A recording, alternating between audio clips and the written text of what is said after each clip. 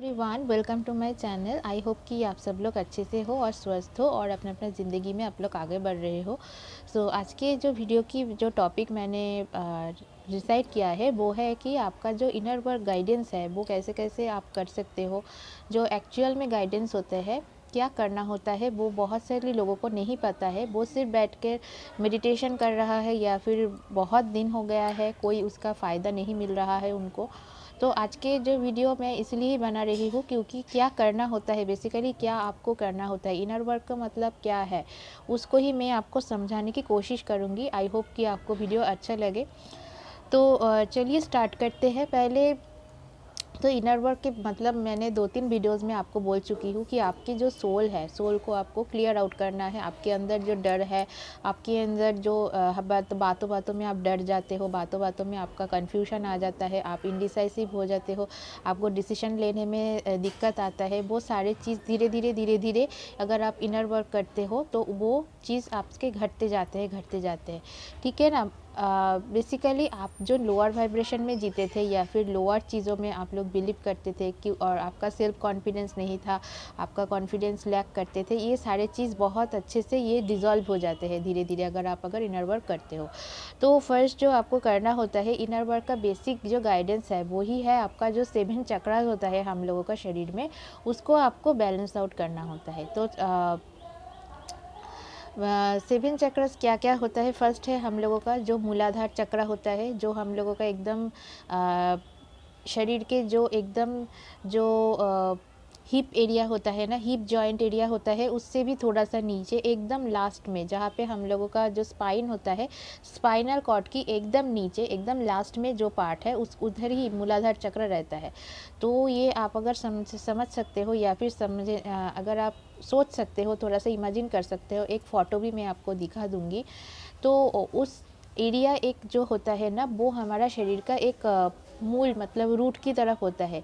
एक पेड़ की मूल या फिर रूट अगर जड़ अगर स्ट्रॉन्ग नहीं है, स्ट्रॉन्ग इनफ नहीं है और बहुत अच्छे से वो जो हम मिट्टी है उसको ग्रैब नहीं कर पाते हैं, तो अगर तूफान आए, छोटा मोटा तूफान भी उसको हिला सकता है ना। तो हमारा शरीर में भी वो रूट चक्र या फिर मूलाधार चक्र बहुत इंपॉर्टेंट होता है। और अगर आप उसको बैलेंस आउट कर लेते हो ना, तो उसके ही एकदम ही पैरेलल में सारे चक्र खड़े हुए रहते हैं। जैसे कि रूट चक्र की बाद होता है हम लोगों का सैक्रल चक्र, उसके ऊपर आता है सोलर प्लेक्सस चक्र, उसके ऊपर हम लोगों का हार्ट चक्र आता है, उसके बाद थ्रोट चक्र आता है हम लोगों का, उसके बाद थर्ड आई चक्र या फिर आज्ञा चक्र जिसको हम लोग आईब्रोज की जो मिडिल है इसको कहते हैं। और हमारी सर के थोड़ा सा 2-3 इंच ऊपर होता है हम लोगों का क्राउन चक्र। ठीक है। तो सारे चक्रास की क्लियर होना बहुत ज़रूरी होता है। सारे चक्रास में धूल मिट्टी जमे हुए रहते हैं, या फिर आप कह सकते हो कि बहुत दिनों से हम लोग उसको ठीक से एक्सरसाइज नहीं करते हैं, तो उसके अंदर जो भी धूल मिट्टी जमा हुआ है वो नहीं पाते हैं। तो इसके वजह से आपका मेंटली आप लोग डिप्रेस्ड होते हो। फिजिकली किसी किसी के मेंटली डिप्रेशन से ही फिज़िकल आपका जो भी प्रॉब्लम है, लाइक आपका अगर बहुत ज़्यादा एसिडिटी के प्रॉब्लम है या फिर किसी किसी लोगों का पीसीओडी के प्रॉब्लम है, तो पीसीओडी बेसिकली सैक्रल चक्र ओरिएंटेड डिजीज़ है। और किसी का अगर कुछ पेन होता है बॉडी में, बहुत ज़्यादा अगर पेन है तो वो भी मतलब जड़ों में पेन हो रहा है, नीज़ में पेन हो रहा है, आपका शरीर में सारा जितने भी एरिया मतलब बोन्स एरिया में पेन हो रहा है, बोन से वो रिलेटेड होता है, हड्डियों से रिलेटेड होता है, तो वो सारे चीज़ मूलाधार चक्र से रिलेटेड होता है ना। तो ये सारे चीज़ आपको करना होता है। तो फर्स्ट ऑफ ऑल मैंने कहा है रूट चक्र अगर बैलेंस आउट करते हो तो एक पे एक आपका जो चक्र है वो बैलेंस आउट होते स्टार्ट हो जाते हैं। तो बहुत ही इंपॉर्टेंट होता है आपको रूट चक्र बैलेंस करने के। अगर रूट चक्र आपका इम्बैलेंस रहता है तो आपको बहुत ज़्यादा डिसीजन मेकिंग में बहुत ज़्यादा आपको दुविधा रहेगा कि मुझे क्या करना चाहिए क्या नहीं करना चाहिए, ये सारे चीज़ होता ही रहता है। उसके बाद सैक्रल चक्र आता है। धीरे धीरे सारे चक्रस के ऊपर भी मैं वीडियोस बनाऊंगी। आज के जो वीडियो है मैं थोड़ा सा छोटे से थोड़ा सा शॉर्ट एंड ब्रीफ बनाना चाहती हूँ। तो उसके बाद सैक्रल चक्र मैंने बोल ही दिया है, जो भी फीमेल ऑर्गन रिप्रोडक्टिव ऑर्गन्स जितने भी आते हैं वो सारे डिजीज़ सैक्रल चक्र ओरिएंटेड होता है, लाइक पीसीओडी होता है। अगर कोई हार्मोनल डिसबैलेंस भी होता है वो भी बहुत इम्पैक्ट होता है, इधर से ही स्टार्ट होता है, चाहे वो मेल हो फीमेल हो, उनके भी स्पेशली उन चक्रा रिलेटेड अगर डिजीज़ होता है, सैक्रल चक्रा है, तो वो पीरियड की प्रॉब्लम है या फिर कुछ भी उस एरिया रिलेटेड प्रॉब्लम है, किसी किसी का थोड़ा सा डिस्टर्बेंस आ गया था, तो जब भी मैं वीडियोस बनाने बैठती हूँ तो कुछ ना कुछ डिस्टर्बेंस आ जाते हैं, तो ठीक है, जाने दीजिए। तो सैक्रल चक्र ओरिएंटेड कुछ डिजीज़ ऐसे होते हैं, लड़की लोगों का मैंने फीमेल लोगों को बता दिया, लड़के लोगों को भी होते हैं टेस्टोस्टेरॉन की या फिर टेस्टिस ओरिएंटेड कुछ डिजीज़ होता है। बेसिकली रूट चक्र एंड मूलाधार चक्र बहुत ज़्यादा एक दूसरे से कनेक्टेड है, क्योंकि स्पेशली जिन लोग बॉयज़ है, मेल है, उनका जो सेक्सुअल एनर्जी आता है वो रूट चक्र से ही आता है, और जिन लोग फीमेल है उनका रूट चक्र एंड सैक्रल चक्र, ये दोनों चीज़ों को मिलाकर आता है। तो अगर कोई भी इंसान एक्सरसाइज डेली करते हैं तो उनको डेफिनेटली ये सारे चीज़ बैलेंस आउट होना ईजी हो जाएंगे, ठीक है। ताकि अगर आप बहुत ज़्यादा बैठ के मेडिटेशन शिफ्ट कर रहे हो, इससे उतना ज़्यादा मुझे नहीं लगता फ़ायदा होगे।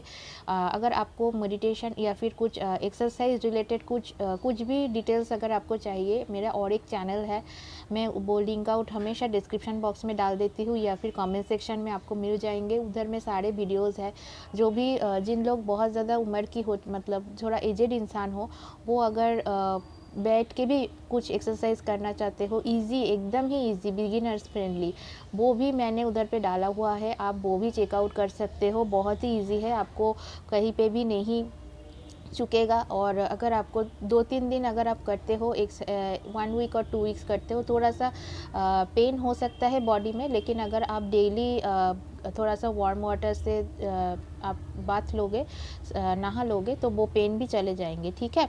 और ज़्यादा ज़्यादा आपको पानी ज़्यादा पीना है इस टाइम, ठीक है। आपको मतलब वाटर इनटेक बहुत ज़्यादा बढ़ाना है इस टाइम, ज़्यादा पानी पीजिए, ज़्यादा फ्रूट्स लीजिए, डाइट में इस सारी चीज़ों को इन्वॉल्व कीजिए, ठीक है। अगर किसी का ये हो गया रूट चक्र एंड सैक्रल चक्र, सोलर चक्र अगर कुछ डिसबैलेंस है तो आपको खाना हजम होने में प्रॉब्लम हो जाएंगे, आपका जो क्रिएटिव थिंकिंग है वो भी बंद हो जाएंगे, बंदा कुछ मतलब क्रिएटिव साइड में सोच नहीं सकेगा कि मुझे क्या करना है क्या नहीं करना है, ठीक है ना। अगर हार्ट चक्र किसी का ब्लॉकेज में है, हार्ट चक्र जिसको अनाहत चक्र हम लोग बोलते हैं, तो उसमें क्या होता है, किसी का ब्लॉकेज रहता है तो उनका मतलब जो ब्रेवरी होता है, जो लोग वो जो हम लोग बहुत ज़्यादा साहसी बन जाते हैं, फियरलेस बन जाते हैं, वो चीज़ मतलब ये सारे मतलब डर के रहेगा, डर के जिएगा, कुछ काम करने जाएगा तो बहुत ज़्यादा डरेगा या फिर बहुत ज़्यादा ये सोचेगा। और किसी को अगर देना चाहिए ना कुछ चीज़, अगर किसी को देना मतलब सोचेगा कि मुझे हाँ किसी को डोनेट करना चाहिए या फिर किसी को कुछ देने से भी ये पीछे हट जाएगा। मतलब एक 5 रुपये भी अगर किसी को देने के लिए कहेगा तो वो सोचने लग जाएगा कि अगर मैं 5 रुपये दे दूँगी तो मेरा क्या होगा, ऐसे ही ऐसे उसका हो जाएगा। मतलब उनका जो गिविंग नेचर है ना वो बंद हो जाएंगे।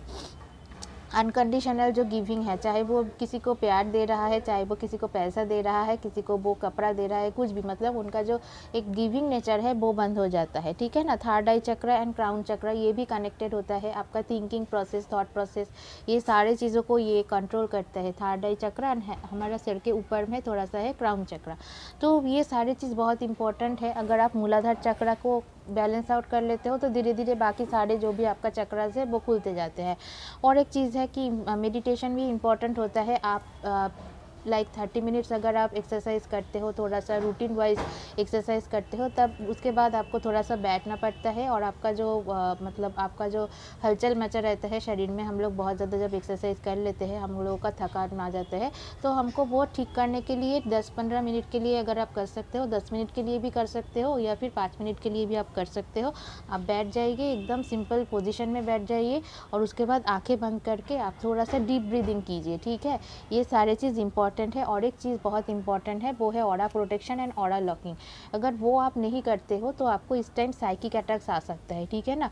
तो क्या है ऑरा लॉकिंग, उसके बारे में मैं दूसरे चैनल में वीडियोस डाल चुकी हूँ, आप प्लीज़ उसको जाकर पहले देखिएगा। अगर आप ऑरा लॉकिंग नहीं जानते हो या फिर ऑरा कैसे होता है, क्या होता है ऑरा को कैसे प्रोटेक्ट करना होता है, उसको बारे में आपको पहले बहुत ज़्यादा जानकारी होना ज़रूरी है, ठीक है ना। तो आई होप कि आपको ये वीडियो अच्छा लगे। अगर आपको कुछ भी डाउट है, इन्फॉर्मेशन आपको चाहिए, तो आप डेफिनेटली मुझसे कांटेक्ट कर सकते हो ईमेल के थ्रू, और मुझसे सेशन भी आप ले सकते हो, ठीक है ना। मैं आपको कांटेक्ट नंबर दे दूँगी, उसके थ्रू आप कांटेक्ट कर सकते हो और सेशन भी ले सकते हो। और एक चैनल में सारे डिटेल्स में मैं सारे जो भी चक्रास है, चक्रा रिलेटेड जो भी एक्सरसाइजेस है, जो भी आपका ऑरा रिलेटेड जो भी इंफॉर्मेशन है, वो दूसरी चैनल में मैं डालती हूँ। आप लोग प्लीज़ एक बार चेकआउट कीजिएगा। डिस्क्रिप्शन बॉक्स में सारे चीज़ मेंशन किया हुआ है, और कमेंट सेक्शन में भी मैं उस चैनल की लिंक पिन कर दूँगी। आप जाके एक बार देख सकते हो और सब्सक्राइब कर सकते हो अगर अच्छा लगता है। तो आज के लिए इतना ही। आई होप कि आपको ये वीडियो हेल्पफुल लगे तो सब्सक्राइब कर लेना चैनल को और बेल आइकन भी दबा देना, और ऐसा थोड़ा सा लाइक कर देना, शेयर कर देना वीडियोस को। आज के लिए इतना ही। Have a blessed day.